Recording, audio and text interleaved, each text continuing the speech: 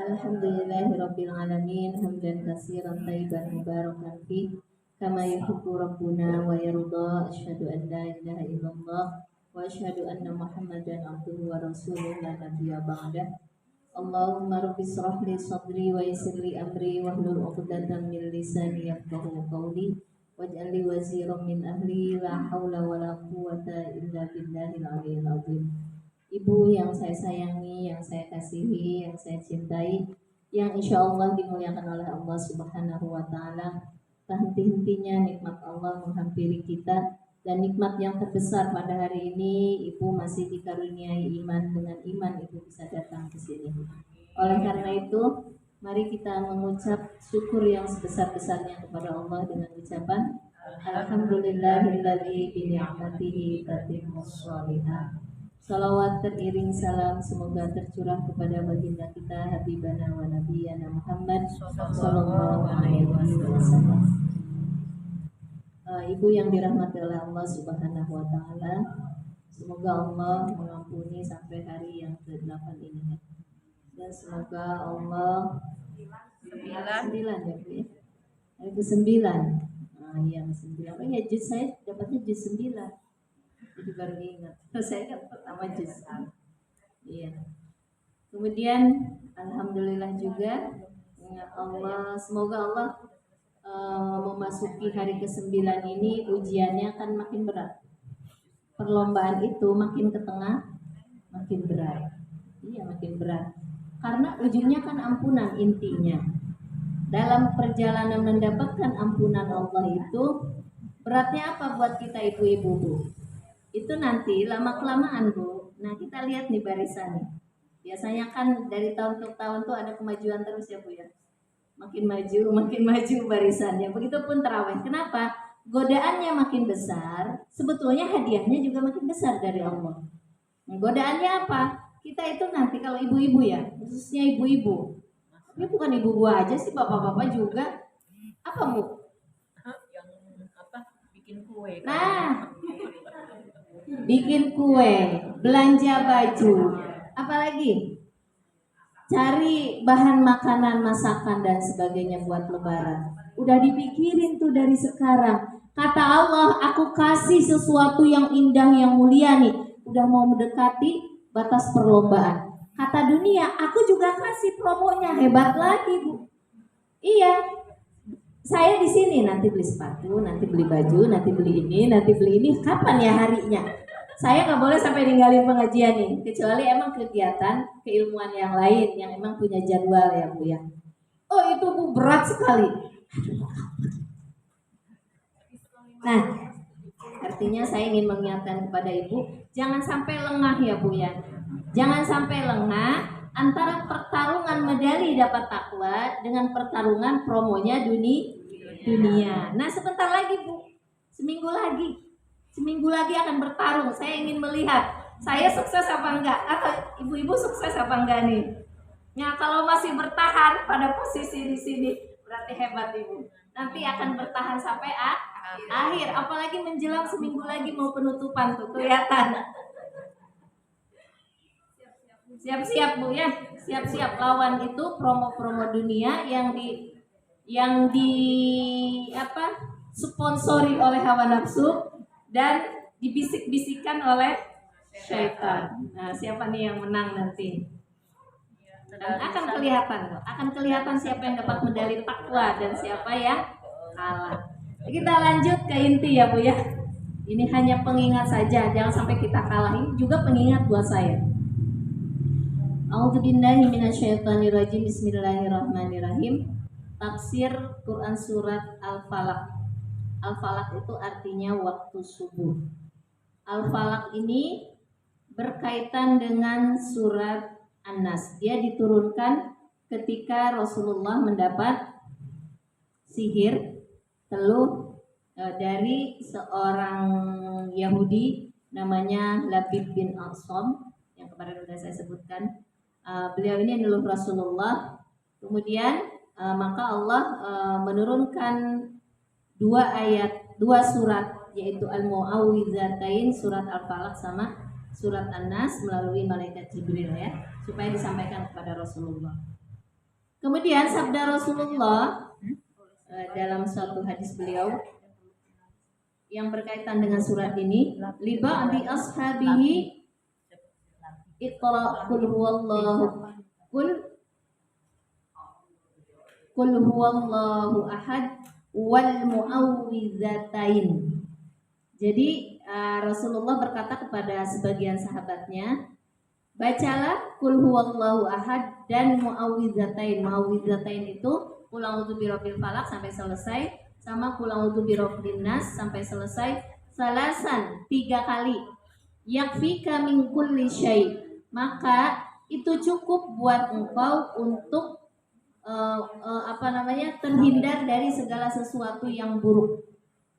Jadi kata Rasulullah kepada para sahabatnya, baca qul huwallahu ahad, qul a'udzu birabbil falaq, qul a'udzu birabbin nas 3 kali, maka engkau akan terhindar dari segala sesuatu keburukan yang akan menghampiri engkau, yang akan menyelimuti pikiran maupun hati kita. Kita tiba-tiba ini yang rendah, yang kecil-kecil dulu, tiba-tiba kok nggak enak ya Bu ya, suka pusing atau apa kok perasaan nggak enak, bawaannya tuh pengen kesel, marah-marah dan sebagainya. Maka kata Nabi itu bacalah ini Bu 3 kali. Atau kalau seandainya ada sesuatu yang akan menghampiri keburukan buat kita, kita itu dibuat susah oleh orang, baik dengan perkataannya maupun dengan perbuatannya, dengan sikapnya. Kita itu mungkin orang itu berbuat yang nggak menyenangkan buat kita Bu, atau kita diteluh, disihir dan sebagainya. Kata Nabi, maka dengan membaca 3 kali qul huwallahu ahad sampai selesai, Al-Falaq sampai selesai, An-Nas sampai selesai, ini sudah cukup buat engkau, katanya gitu. Kemudian itu sabda yang pertama ya Bu ya. Sabda Rasulullah tentang keutamaan ini banyak sebetulnya. Saya sebutkan 2 aja di sini ya. Yang kedua, apa kata Rasulullah dalam hadis beliau? Man qara'a qul huwallahu wal mu'awwidzataini salasa marratan idza akhadha madza. Barang siapa yang membaca qul huwallahu dan mu'awwidzatain, qul a'udzu birabbil falaq, qul a'udzu birabbin nas, kemudian dia membacanya, memegangnya, maka dia akan terjaga idza kubido syahida. Kalau dia tidur baca 3 surat ini Bu, kalau seandainya dia meninggal, maka meninggalnya syahid. Wa idza asa maghfuran lah. Kalau dia dibangunkan lagi oleh Allah, ruhnya dikembalikan lagi kepada jasad kita, kemudian kita terbangun, kemudian kita baca doa alhamdulillahilladzi ahyana ba'da ma amatana wa ilaihin nusur, maka dosa-dosa kita yang kemarin, yang lalu itu diampuni oleh Allah. Diampuni Bu. Itu dahsyatnya kita baca qul huwallah, kemudian qul a'udzu birabbil falaq, qul a'udzu birabbin nas 3 kali. Jadi kalau kita mati, tiba-tiba kan nggak dibalikin lagi tuh ruh kita ya sama Allah. Tiba-tiba dibangunin sama suami, bangunin sama anak, diam aja. Insya Allah matinya mati syahid. Kemudian pendapat para ulama tafsir asbabun nuzul ayat Al-Falaq ini, surat Al-Falaq ini adalah ada 2 Bu. Yang pertama, Jibril datang kepada Rasulullah dan mengabarkan bahwa jin Ifrit itu akan memperdaya engkau ya Muhammad, katanya. Yang kita sering dengarkan Nabi Muhammad disihir ya. Ini para ahli tafsir mengatakan yang pertama, Jibril itu datang kepada Rasulullah dan mengatakan, "Hai Muhammad," katanya, "engkau itu nanti akan diperdaya, akan digoda, akan dirusak, akan diganggu oleh jin Ifrit." Nah, terus apa kata Jibril? Maka untuk menjaga dari gangguan jin ifrit tadi, bacalah 2 surat ini, Muawwidzatain. Qul a'udzu birabbil falaq dan Qul a'udzu birabbin nas. Maka ini harus didawamkan ya Bu ya. Didawamkan minimal pagi, sore dan sebelum tidur. Maka ini jadi ayat untuk zikir pagi dan zikir petang, sore dan sebelum tidur ya. Kemudian yang kedua, asbabun nuzul surat ini adalah berkaitan dengan yaitu tadi Bu. Dari kemarin sudah saya katakan karena Rasulullah disihir oleh orang ini namanya Labib bin A'sam ya, disihir. Kemudian apa kata di sini dikatakan wasadda ala dzalika salasalayalin fanazalat muawwidzatain. Nabi itu kena sihir yang begitu menyakitkan Bu. Kan si bonekanya itu diikat dengan 11 ikatan ya Bu ya. Kemudian ditusuk-tusuk. Nah ketika si bonekanya ini ditusuk-tusuk, Rasulullah merasakan sakit yang luar biasa. Apalagi yang lebih banyak yang menyakitkannya di kepalanya. Tujuannya apa? Supaya Rasulullah itu kesakitan, sakit badannya, sakit akalnya. Jadi supaya gila gitu maksudnya Bu. Apa yang terjadi itu selama 3 hari Rasulullah merasakan sakit. Nah, maka apa yang kata Jibril? Kata Jibril, wahai Muhammad, kamu sedang disihir oleh si ini dikasih tahu oleh. Maka sihirnya itu ada di satu tempat namanya sumur. Nah, ambillah sihir itu dan bacalah 11 ayat dari Muawwidzatain. Qul a'udzu birabbil falaq sampai selesai sama Qul a'udzu birabbin nas. Maka insyaallah sihir itu akan lepas.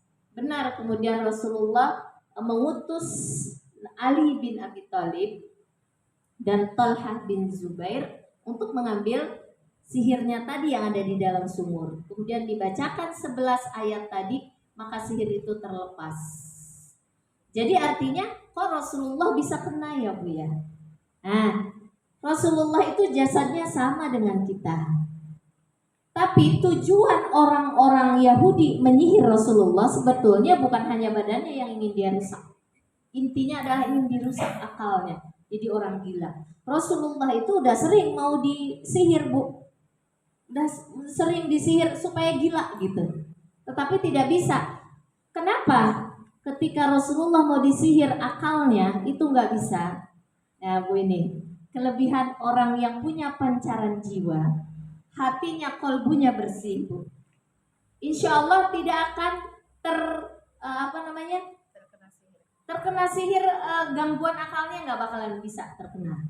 Padahal banyak orang Bu ya, yang tadinya sehat, akalnya jadi kayak orang oleng. Bisa juga itu disihir. Iya Bu. Jadi tadinya senang dengan orang jadi benci. Itu yang dikena jiwanya. Tapi kalau jiwa kita bersih, kolbu kita bersih Bu, jiwanya bercahaya, akal kolbunya terbuka, masuk ilmu ilmu-ilmu yang ada Al-Quran masuk ke dalam akal kolbu kita, insya Allah nggak kena itu Bu. Kalau kita terlepas nggak baca Muawwidzatain, paling badannya. Tapi kalau kita setelah itu mohon kepada Allah mendawamkan ini, insya Allah akan terhindar, nggak kena. Akan lepas gitu Bu. Kalaupun udah kena akan lepas. Maka biasanya kalau orang kena sihir itu biasanya kena sihir itu kalau orang yang suami istri ya Bu ya, suami istri kena sihir santet, ada orang tuh benci dengan keluarga itu kok bahagia, senang, berkecukupan. Nah, ada yang nyantet tuh.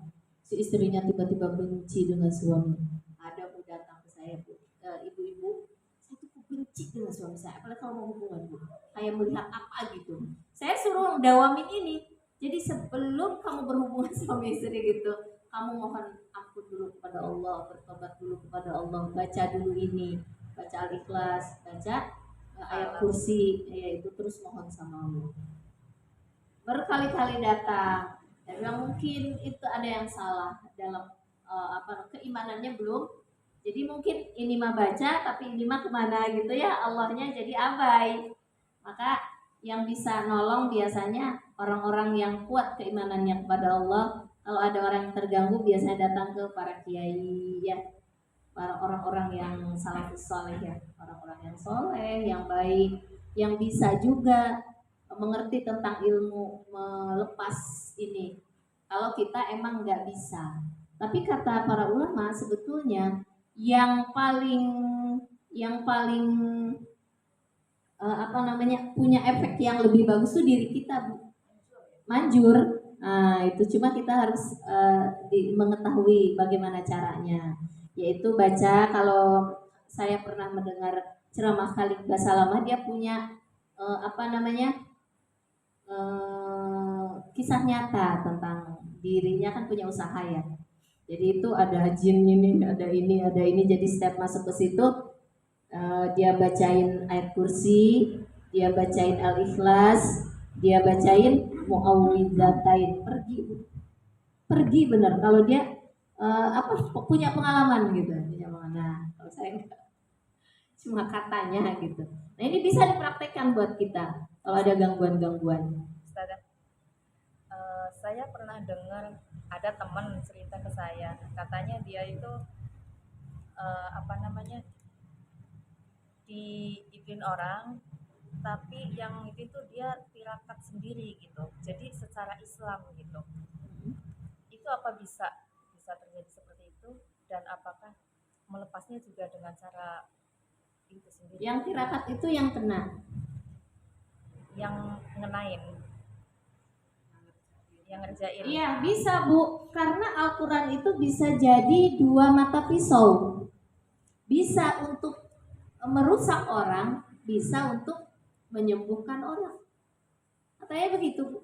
Kita bacain apa, orang itu supaya rusak, supaya sakit atau dan sebagainya bisa terjadi karena hasutnya dia. Bisa kemudian disampaikan oleh para jin supaya orang itu rusak. Dia baca-baca A, baca-baca B, kemudian ada sosok yang bisa membantu dia, sampailah hasutnya dia ke orang yang dia ingin rusak tadi dengan tirakat Islam itu. Itu dengan bantuan jin gitu? Bantuan jin, ya dibantu dia. Nah kalau orang yang murni itu bukan jin yang membantu, ya Allah mungkin mengutus malaikatnya, si anu jaga, si anu tolong, atau Allah sendiri yang memegangnya begitu. Kalau seseorang langsung kepada Allah. Ada juga yang orang lewat jin juga. Ada Bu, pertarungan antara jin dengan jin, akhirnya datang ke orang yang pinter. Orang pinter juga minta bantuan jin, pakai mahar segala. Saya punya teman Bu, ini udah cerita tentang itu. Wah, asik juga dengerinnya. Oh begitu ya. Iya, kalau saya pakai ini. Jadi ada orang yang kena santet jin. Nah, kemudian datang ke orang yang emang minta bantuannya lewat jin juga. Akhirnya bertarunglah antara dua kekuatan jin, mana yang lebih kuat. Nanti begitu Bu. Kalau jinnya dia lebih kuat, maka si jin yang lemah ini kalah. Siapa nih yang lebih kuat? Tapi kalau kita langsung kepada Allah dengan murni, itu pasti kalah jin ini. Yang rusak ini pasti kalah gitu. Tapi kalau kita kan suka kadang minta lewat orang ya. Nah, lewat orang ini dia ini. Kalau dia pakainya wasilahnya jin, ya dia jinnya harus lebih kuat. Anak teman saya juga punya seperti itu. Dan kata gurunya jangan dulu. Dia bisa Bu, karena kamu jinnya masih lemah. Kamu tuh ininya masih lemah gitu. Ntar kalau sudah kuat. Jadi dia belajar memperdalam tentang itu Bu, tapi untuk niat menolong orang gitu. Nah seperti itu. Itu hukumnya gimana Ustazah? Kan melibatkan makhluk lain gitu. Ibaratnya itu wasilah Bu ya. Kalau wasilah niatnya bukan untuk bergantung kepada makhluk, tapi hanya dia membantu saja. Mungkin bisa dikatakan kan sesuatu itu ada yang paling tinggi kebenarannya, kesohihannya, keimanannya ya Bu ya. Terus di bawahnya ada lagi. Nah di bawahnya ini banyak orang yang melakukan ya sudah jaga aja. Seperti gini lah Bu, rumah kita dijaga oleh satpam dengan yang nggak dijaga oleh satpam. Yang satu kenapa nggak dijaga oleh satpam? Karena dia sudah yakin kepada Allah, ya Allah, saya yakin dengan Engkau. Seandainya terjadi pencurian dan sebagainya, itu udah takdir. Saya ridho ya Allah dengan ketentuan Kau. Udah saya kunci dan sebagainya, dia baca-baca. Ternyata ada juga maling. Oh berarti udah itu takdir Allah. Ada satu orang lagi, saya mah dijaga sama satpam saya. Jadi saya aman. Tapi hatinya tetap ke Allah. Apa artinya? Keimanan si A yang tadi dengan keimanan si B yang tadi, mungkin si B ini keimanannya di nomor 2, tapi masih tetap beriman. Nah, tapi dia ke Allah, Bu. Cuma dia meminta pertolongan lewat usahanya. Hatinya tetap ke Allah. Tapi yang lebih baik yang pertama. Guru saya begini, Bu. Ketika dia mau mudik, guru dia beliau bercerita, dan gurunya suami saya yang pertama itu. Ketika mau mudik, si jin itu menawarkan, mau dijaga nggak rumahnya oleh saya. Jadi kalau orang udah kasab, Bu, udah biasa melihat jin, biasa melihat para nabi ini dia udah termasuk orang yang sudah kasab. Ditawari tuh sama jin. Jinnya itu seneng sama keluarga ini, ya keluarga yang soleh yang dekat sama Allah. Enggak, saya udah ini kan sama Allah aja gitu ya. Apa namanya? Serah, saya udah kunci, saya udah ini. Oh ya udah, kata jin, kalau gitu dia pergi aja. Pas dia datang dari mudik itu, benar Bu, ada yang mencuri. Ya udah, ini udah takdir Allah, kata beliau. Saya nggak mau dijaga oleh jin, kata dia gitu. Takut, ada khawatir. Jadi ada ketergantungan nantinya gitu. Saking takutnya. Itu Bu, kalau orang udah kasar, Bu, makhluk-makhluk yang gaib juga berdatangan tuh, Bu. Nawarin A, nawarin B. Nah, ini ujiannya. Kalau kita malah ya Allah, coba ada gitu. Enggak, jangan kita insya Allah ya Bu ya. Kita lanjut ya Bu ya, ayat selanjutnya. Masih ayat ini maksudnya. Kita mulai ayat ini ya. Qul a'udzu birabbil falaq. Katakanlah aku berlindung kepada Allah yang menguasai subuh. Kenapa kata para ulama di sini dikatakan subuh ya? Kita berlindungnya di waktu subuh gitu, Bu. Karena subuh itu menandakan awal datangnya siang, terang. Jadi apa hubungannya? Karena ketika ada suatu kegelapan, orang itu kan kalau lagi gelap pikiran, gelap keadaan, ada sesuatu yang membuat dia ada ketakutan. Nah, artinya kan sesuatu, kalau orang takut itu kan tertutupnya sesuatu yang membuat dia bisa bergerak baik secara berpikir maupun melangkah ya. Jadi ada ketakutan. Orang takut kan, aduh gimana, kayak nggak ada solusi gitu. Nah itu menandakan ketika kita berlindung kepada Allah dari waktu subuh, artinya kita berlindung dari kegelapan yang menghampiri diri kita. Jadi kita menginginkan kepada Allah supaya dikasih terang. Jadi subuh itu kan awal hadirnya terang, kan pagi kan. Tadinya gelap terus datang subuh, itu kan menandakan awal hadirnya cahaya terang. Berarti kalau kita didatangi sesuatu yang menyelimuti kita, ketakutan, kegelapan, yang membuat kita bingung dan sebagainya, maka sering-seringlah baca ini, Bu. Kita tuh kok, aduh ya Allah, kenapa ya begini ya Allah, kan gitu kan Ibu ya. Kalau ada masalah gitu ya, ada sesuatu, banyak-banyak baca Al-Falaq supaya terangnya akan datang gitu, supaya ada solusi kebaikan setelah gelap tadi gitu. Kan masalah juga gelap kan Bu ya, masalah yang belum ada jalan keluarnya atau sesuatu yang membuat kita pusing, bingung, berarti kan belum ada jalan keluarnya. Kalau udah ada jalan keluar baru plong. Nah ini maksudnya gitu kata para ulama. Sebagaimana terang benderangnya waktu falak itu yang menghilangkan gelapnya malam. Kemudian lanjut di ayat selanjutnya, min syarri ma khalaq, dan dari kejahatan makhluk yang Dia ciptakan.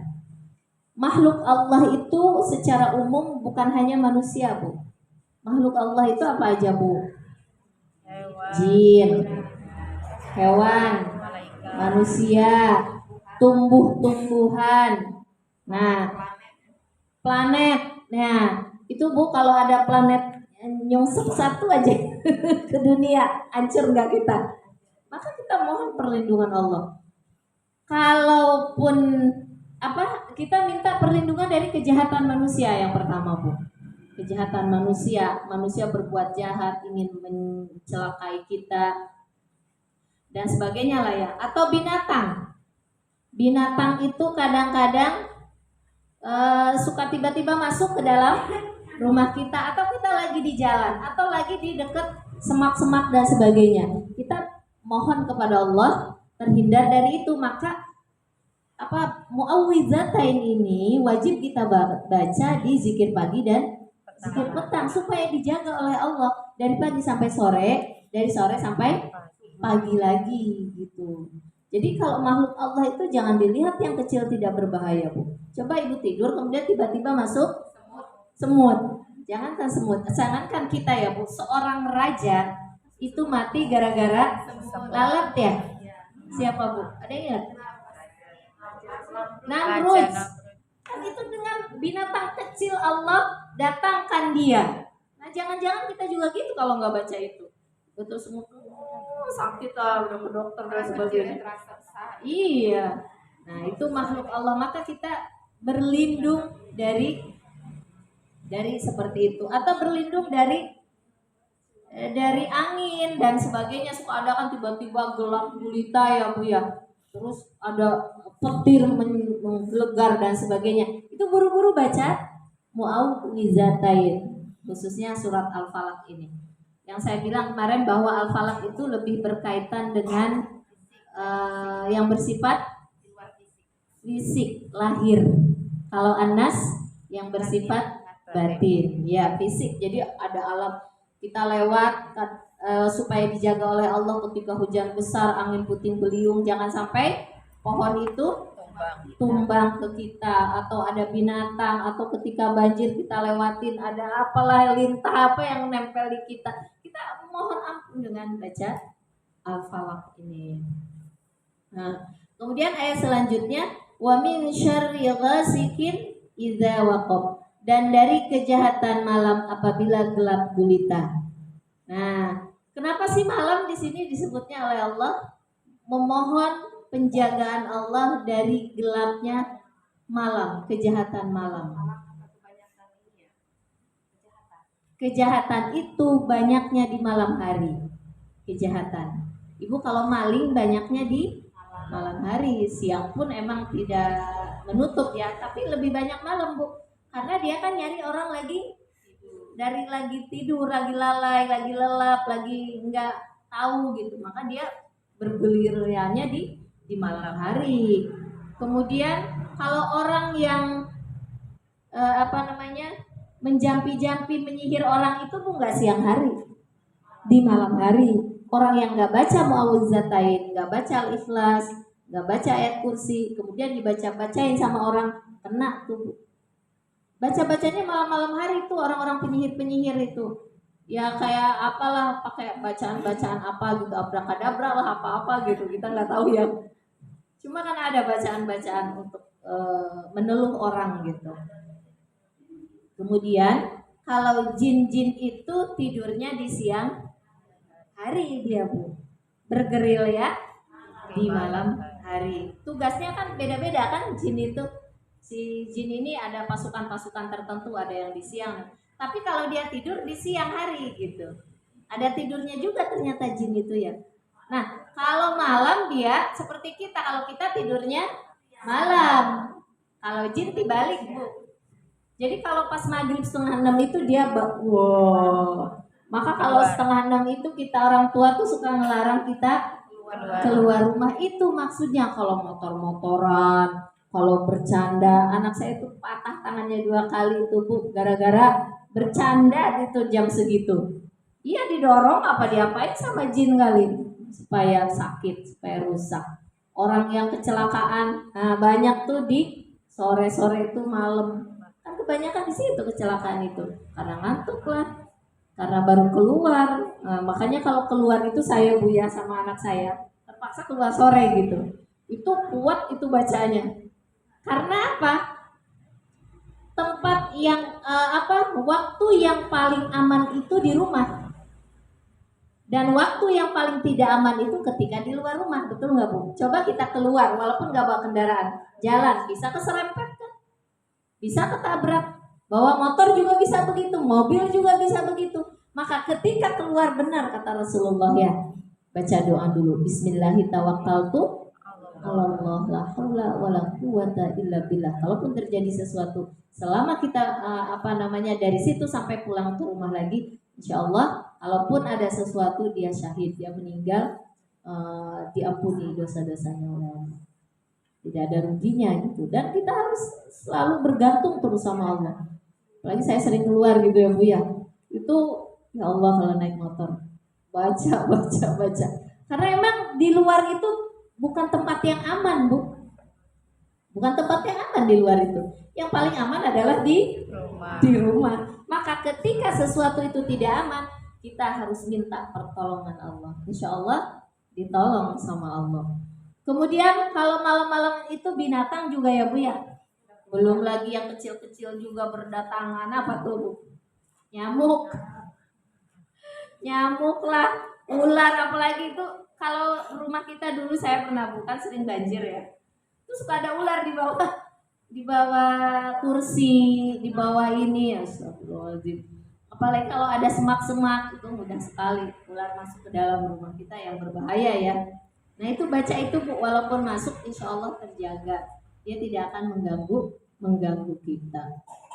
Nah, jadi dari kejahatan di waktu malam apabila gelap gulita. Jadi ceritanya begini Bu, ada cerita dari Uqbah bin Amir. Beliau itu berjalan bersama Rasulullah di padang pasir, kan?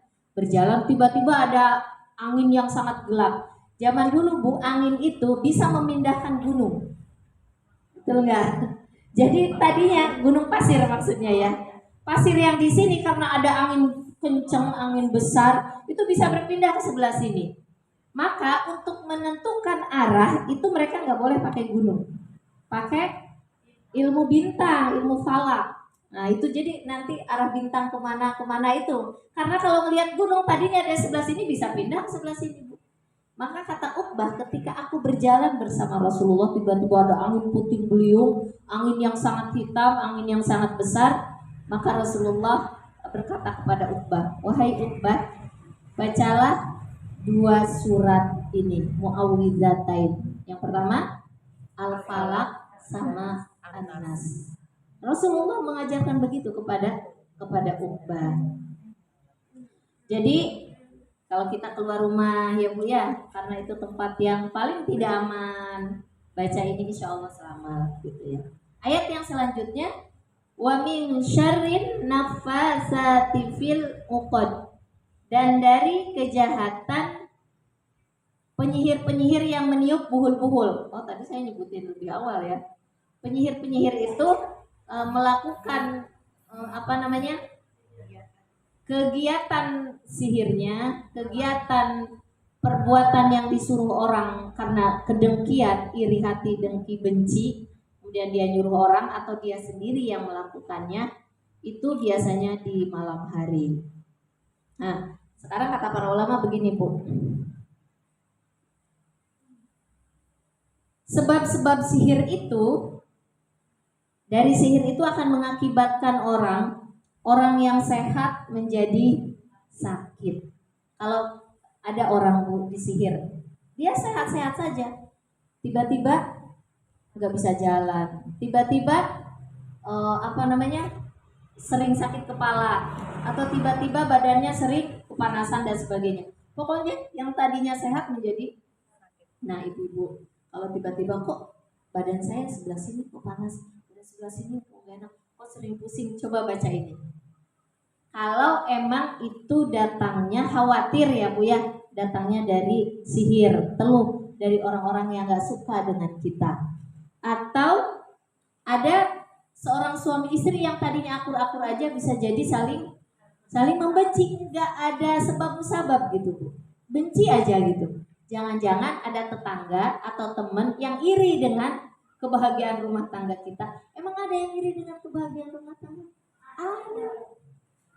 Nggak, dia kalau jalan bersama saling mendukung, saling menopang, saling kalau ada masalah saling bagaimana menguatkan. Dia cerita ke temennya iri dengki kan nggak ketahuan dalam hatinya. Oh dia terluka.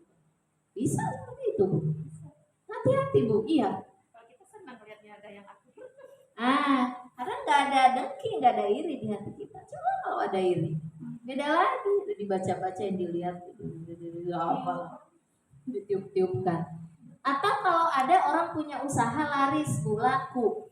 Nah ini kata para ulama, ada orang yang punya usaha laris laku, tiba-tiba nanti karena disihir, diteluh, jadi bangkrut, nggak ada yang beli. Orang tuh kalau beli ke situ tuh sepi gitu. Nah itu di ini, jadi ada biasanya caranya itu saya juga pernah mengutip dari Khalid Basalamah ya. Itu dia yang menjampi-jampi tadi. Dia itu biasanya kalau ada orang yang dengki dengan orang itu, kemudian dia datang ke orang tukang sihir, tukang teluh, kemudian biasanya pakai mahar, bayar Bu, bayar. Kemudian si tukang teluh ini mengutus jinnya untuk membuat si warung ini supaya nggak laku. Mungkin ditiup-tiupkan, dibikin orang tuh nggak nyaman datang ke situ, bau dan sebagainya. Kalau orang kasar bisa melihat, iya ada ini, oh ini ada yang main ini. Tapi enggak Pak, di warung Bapak ada yang begini, enggak, jangan. Itu nanti akan jadi fitnah. Nanti akan nuduh sembarang orang sih punya warung ini.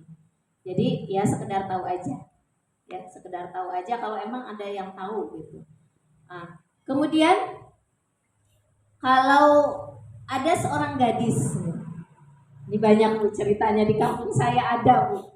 Dia gadis cantik, kemudian dilamar oleh seorang pria. Nah, terus dia tolak lamarannya. Apa yang terjadi Bu? Sampai tua nggak nikah-nikah. Kemudian dia berobat, disaranin oleh orang tua-tua. Kamu kayaknya ada yang ini deh. Kamu cantik ini kok nggak ada yang mau datang ke dia gitu Bu. Ternyata iya, dia datang yang meneluhnya itu orang seberang. Orang Punten ya, orang Lamongan ya. Ada yang lapor di sini.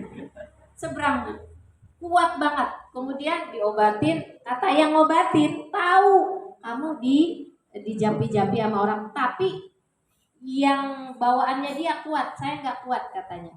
Kamu cari orang yang lebih kuat dari dia. Diarahkanlah cari kemana Bu Nida tahu ya.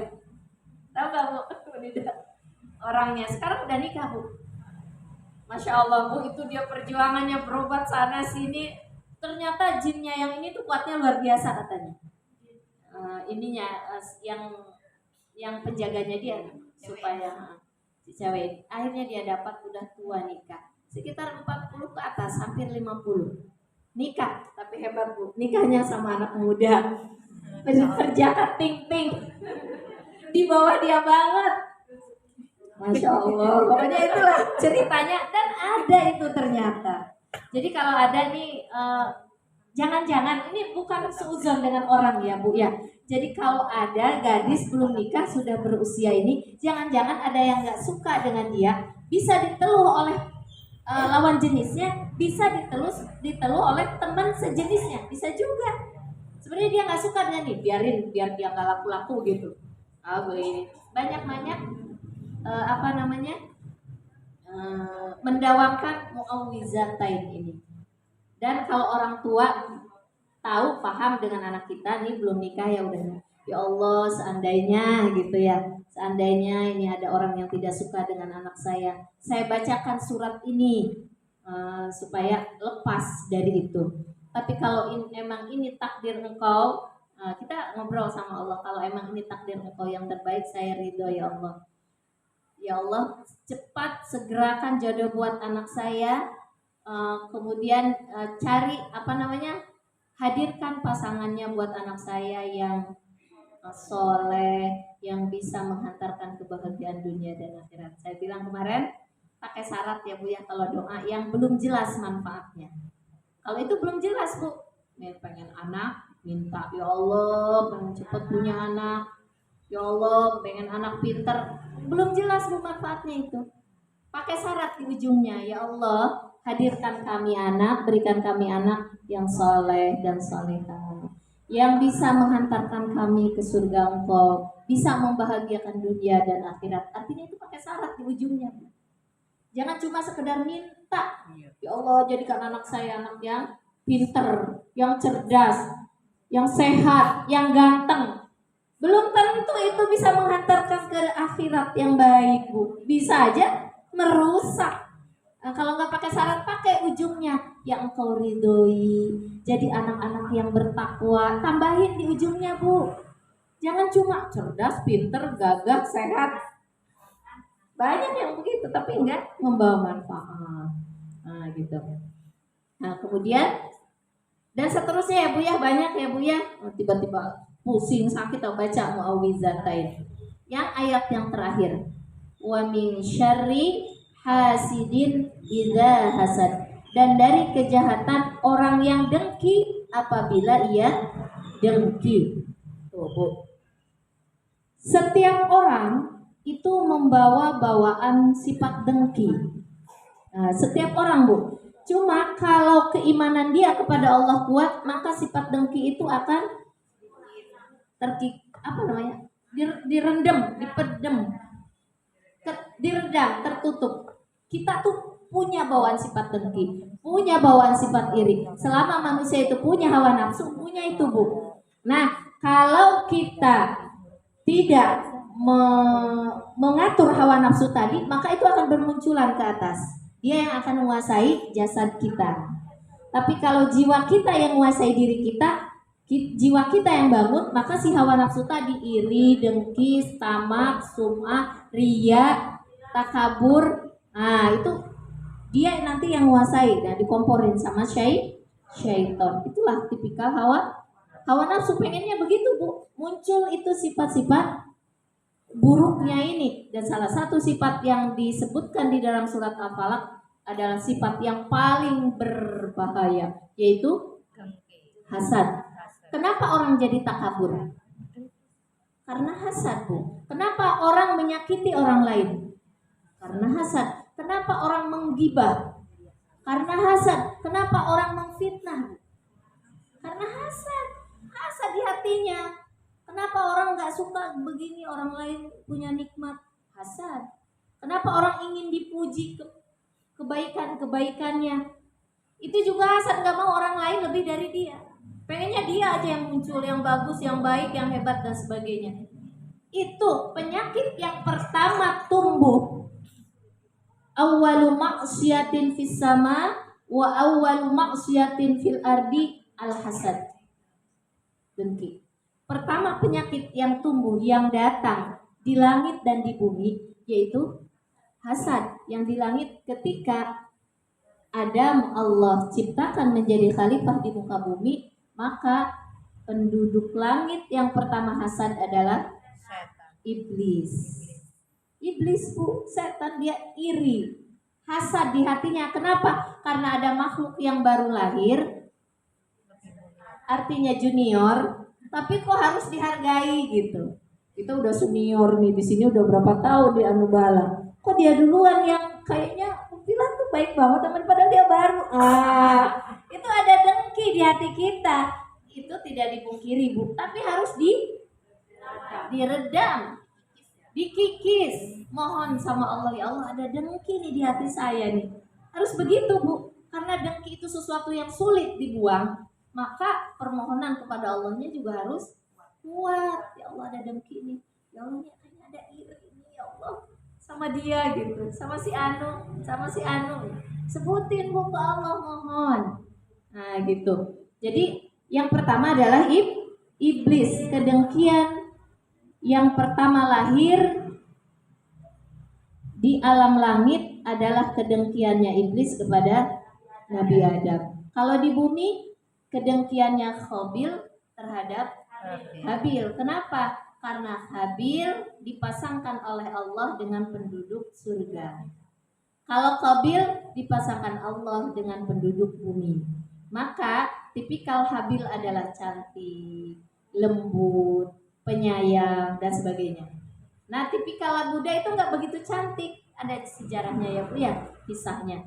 Maka timbullah rasa iri, rasa hasud, rasa dengki di hati Qabil. Kalau orang sudah dengki di dalam hatinya, orang itu mampu untuk bisa menyakiti, bisa menggibah, bisa memfitnah, bisa memukul. Orang kenapa memukul? Hasud di hatinya dan bisa membunuh.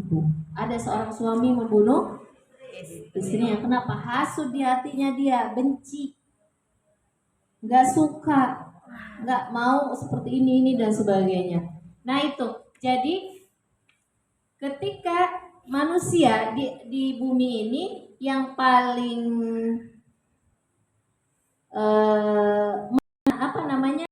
sifat dengki hasud itu akan hadir kepada manusia. Pertama itu kalau sama-sama dalam satu profesi. Kalau dia merasa pinter, bisa ngomong, maka yang si pintar ini akan hasud dengan yang pintar juga. Kalau pedagang hasudnya bukan sama yang pintar Bu, pedagang juga. Tukang masak akan hasud yang tukang masak juga. Jadi tergantung profesinya. Jadi ujian Allah akan hadir yang terbesar sesuai dengan profesinya itu ya. Jadi awal mulanya hasud ciptaan Allah itu yang pertama ketika yang senior enggak mau kalah sama yang junior. Iblis itu ahli ibadah. Iblis itu ahli ilmu. Iblis itu ahli taat kepada Allah. Dia punya kehebatan di mata Allah Bu. Tiba-tiba yang junior ini menurut dia nggak bisa apa-apa, lebih unggul, muncul. Nah disitulah awal iblis hasad dengki. Sebetulnya Allah ingin memperlihatkan kepada manusia bahwa di dunia itu nanti ada sebagian orang-orang yang seperti iblis. Maka hati-hati kalian jangan seperti dia. Nanti dari sifat hasad dengki ini akan tumbuh sifat-sifat yang lain. Dari mulai sum'ah, riya, takabur. Dari dengki tadinya Bu. Nggak mau kalah dia. Saya kan ini, benci tadinya. Kenapa? Dia kok jadi dia yang ini? Akhirnya merasa diri lebih hebat dan sebagainya. Akan tumbuh penyakit-penyakit yang lain yang berkaitan dengan penyakit hawa nafsu. Itu hawa nafsu itu penyakit yang berkaitan dengan penyakit hati. Wa min syarri hasidin idza hasad. Kenapa sih kita nggak boleh dengki Bu? Karena orang yang dengki itu kata para ulama akan mengakibatkan lahirnya 5 sisi sesuatu yang buruk. Sisi yang pertama, dia jadi akan mengakibatkan 5 komponen yang mengakibatkan keburukan, merusak dirinya. Kenapa sih dia itu bisa mengakibatkan 5 komponen ini dari kedengkian? Yang pertama, dia membenci tiap-tiap nikmat yang ada pada orang lain. Dia benci kalau orang lain itu punya nikmat, sukses jabatannya, pinter, sehat, punya investasi yang banyak dan sebagainya. Dia benci nikmat menghampiri orang lain, atau disebut juga dengan istilah SMS, susah melihat orang senang melihat orang susah. Nah, kita harus mengukur, menghisap diri kita. Saya begitu enggak ya? Jadi kalau ada orang yang enggak senang melihat orang itu sukses, hebat, tambah rizkinya, tambah ilmunya, tambah sehatnya, berarti ada sifat hasud dalam hati kita. Buru-buru mohon, minta perlindungan kepada Allah. Banyak-banyak baca surat Al-Falaq gitu. Kalau ada indikasi orang hasud dengan kita, juga ibu harus banyak-banyak baca. Kelihatannya orang ini hasud ketika kita ngomong, menyampaikan, bersikap, bertingkah laku, dia kayaknya selalu kelihatan gitu, nyinyirkah atau selalu kalau lagi ngomong tuh ditepak mulu. Apa ditepak? Pangkas. Iya, pokoknya orang ini nggak boleh kelihatan bagus gitu. Dipatahin, dijatuhkan. Nah, itu menandakan, oh, saya tahu nih orang ini kayaknya hasad deh dengan saya. Buru-buru ibu banyak-banyak baca Al-Falaq. Kenapa? Karena kalau kita nggak banyak memohon pertolongan Allah dari sifat dengkinya orang ini, nanti dia menggibah ke orang lain. Dia memfitnah ke orang lain tentang diri kita. Akhirnya diri kita akan jatuh, tercemar nama kita.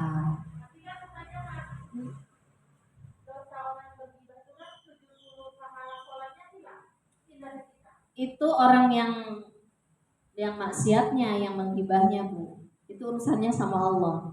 Nanti pahala. Emang ibu mau, ya Allah gibahin saya biar saya itu pahalanya banyak, mau nggak begitu, Bu?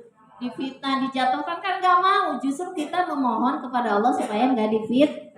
Allahumma inni a'udzubika min syarri fitnatil mahya wal mamat. Kan itu yang kita minta kepada Allah. Dihindari dari keburukan fitnah hidup di dunia dan fitnah di akhirat. Kenapa kita mohon dihindari dari fitnah di dunia? Karena kalau udah kena fitnah, Bu, belum tentu kita akan sabar.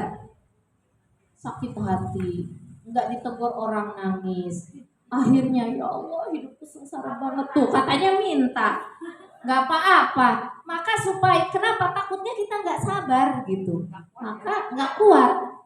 Belum sampai makrifat kepada Allah yang tinggi. Kalau ada seorang ulama, saya pernah mengaji gitu, kemudian mengutip kata beliau, ya Allah, seandainya aku mulia dengan digibahin orang, karena apa? Pahala orang akan menimpa saya semua, gibahinlah saya. Itu kalau dia udah makrifat kepada Allah. Kita belum, Bu, jangan minta itu. Walaupun pahalanya banyak. Nah, malah kita harus meminta perlindungan kepada Allah daripada fitnah, gibah. Maka kalau bergaul dengan orang-orang soleh, Bu, kita insya Allah nggak digibahin, Bu. Udah bergaul sama orang soleh aja, Bu. Nggak usah banyak-banyak pergaulan yang nggak jelas. Cari pergaulan yang jelas. Insya Allah kita nggak banyak digibahin, nggak banyak difitnah ya. Jadi orang yang dengki itu karena dia membenci tiap-tiap nikmat yang ada pada orang lain. Yang kedua, bahaya dengki itu ya, bahwa dia keberatan dengan pembagian Allah. Jadi dia tuh kayak protes, Bu, sama Allah. Ya Allah, kenapa dia dikasih banyak, aku dikasih sedikit? Kenapa dia dikasih pinter, aku enggak? Kenapa dia dikasih cantik, aku enggak? Kayak protes gitu. Bu, yang punya anak ya, kita ngasih nih anak kita, si A sekian, si B sekian, si A dikasih motor, si B juga dikasih motor, si A motornya A, si B motornya yang lain lagi. Kata si anak ini bilang begini ke kita, mama nggak adil, dia kok dikasihnya itu, saya kok ini. Padahal kita tahu ukuran anak kita ya. Ini anak ini butuhnya begini, anak yang ini butuhnya begono gitu ya. Kita ngerti bukan sengaja nggak adil, karena Allah itu punya sifat al-adlu, adil ya. Allah itu maha adil. Kalau kita manusia mungkin ada salahnya, kurang adilnya. Tapi kalau kita yakin kepada Allah, Allah itu maha adil. Ketika ada orang dikasih oleh Allah, si anu kaya, si anu pinter, si anu hebat, si anu punya jabatan, kita nggak usah iri dengki lagi. Oh, itu udah dibagi sama Allah. Oh, dia begini. Udah saya terima, saya ridho, saya ikhlas. Saya dukung. Kan gitu. Kalau kita mendukung orang yang memiliki kelebihan yang Allah berikan, berarti intinya kita sedang mendukung Allah, sedang senang dengan pemberian, Allah. sedang bangga dengan pembagian Allah. Saya yakin Allah itu adil. Ya, jadi kita nggak iri dengki lagi dengan orang yang berbeda dengan kita. Walaupun dia lebih banyak dari kita gitu. Lebih pintar, lebih hebat, lebih kaya, lebih-lebih lah yang lainnya gitu. Itu kan kedua. Yang ketiga, kalau orang dengki itu berarti dia menentang terhadap perbuatan Allah. Berarti apa yang Allah hadirkan, Allah berikan kepada orang itu, kita enggak ridho gitu. Ya Allah, dia kaya, aku enggak ridho dengan perbuatanmu. Ya Allah, dia cantik, aku enggak suka dengan perbuatanmu. Ya Allah, dia lebih pintar dari saya, dia lebih disayang sama orang, aku enggak suka dengan perbuatanmu. Seakan-akan seperti itu hakikatnya, Bu. Ada yang begitu, Bu? Enggak ada. Ada, Bu. Allah mengatakan, para ulama mengatakan karena ada. Ada ini artinya bukan berarti harus dipelihara, harus dibuang, dihilangkan dengan ilmu ma'rifat kepada Allah. Kalau kita kenal kepada Allah bahwa Allah yang menghadirkan itu semua, yang mengizinkan itu semua. Wa ma asabakum min musibatin illa biidznillah, atau Qur'an ayat 11. Barang siapa apa yang menimpa kalian itu semuanya atas izin Allah, kata Allah. Wa may yu'min billah yahdi qalbah. Barang siapa yang beriman kepada Allah, maka Allah akan menunjukkan dengan hatinya. Orang yang yakin kepada Allah bahwa itu adalah pemberian Allah, itu adalah yang dihadirkan oleh Allah. Kenapa saya harus iri, harus dengki? Gak usah. Maka Allah akan tunjukkan hatinya kalau dia beriman, nur imannya bagus, nur imannya kuat, kokoh, jiwanya hidup. Maka dia orang yang kolbunya, jiwanya hidup, berarti kolbunya bersih. Insya Allah dia nggak iri, nggak ada mungkin. Oh itu udah aturan Allah, udah dibagi sama Allah, udah saya terima aja. Kita rumahnya reot, sebelah rumahnya bagus gitu, mentereng dan sebagainya, udah dibagi sama Allah. Yang penting kita bergerak, berusaha, beriman dan beramal soleh. Ya Bu ya. Nah, kemudian yang keempat, orang yang dengki itu berarti dia menghendaki kehinaan apa yang dipilih oleh Allah.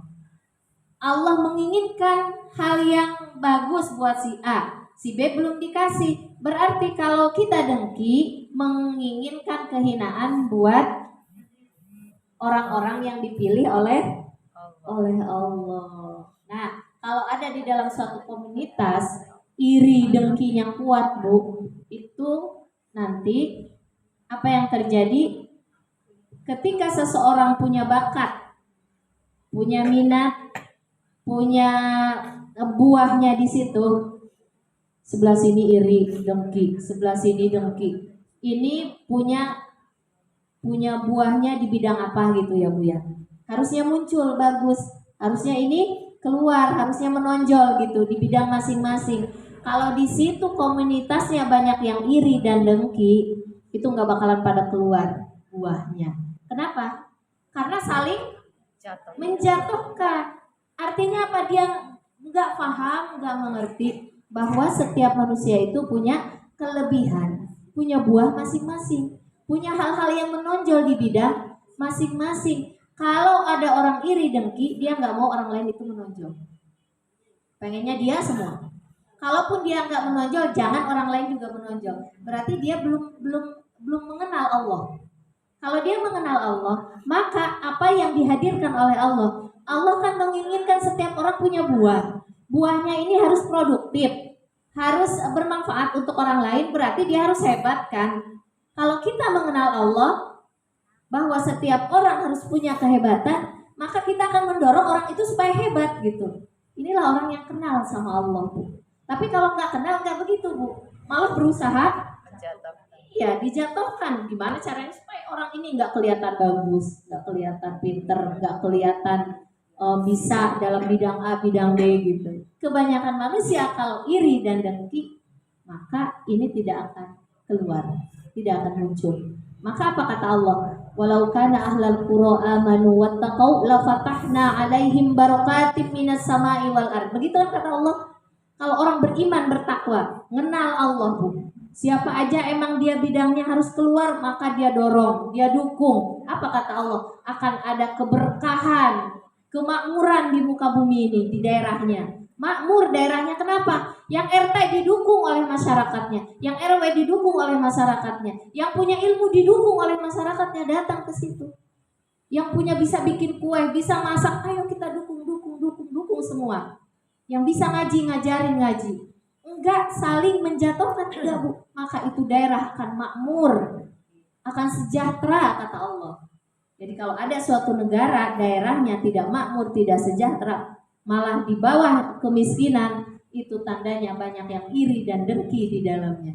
Pengennya yang kaya dia doang, pengennya yang pintar dia doang, benar nggak? Yang kaya makin kaya, yang miskin makin miskin. Kenapa? Karena tidak saling ingin memunculkan kehebatan masing-masing. Kalau dia hebat, saya nanti akan terpinggirkan. Nggak bakalan begitu Bu, padahal. Enggak, itu hawa nafsu aja, ketakutan.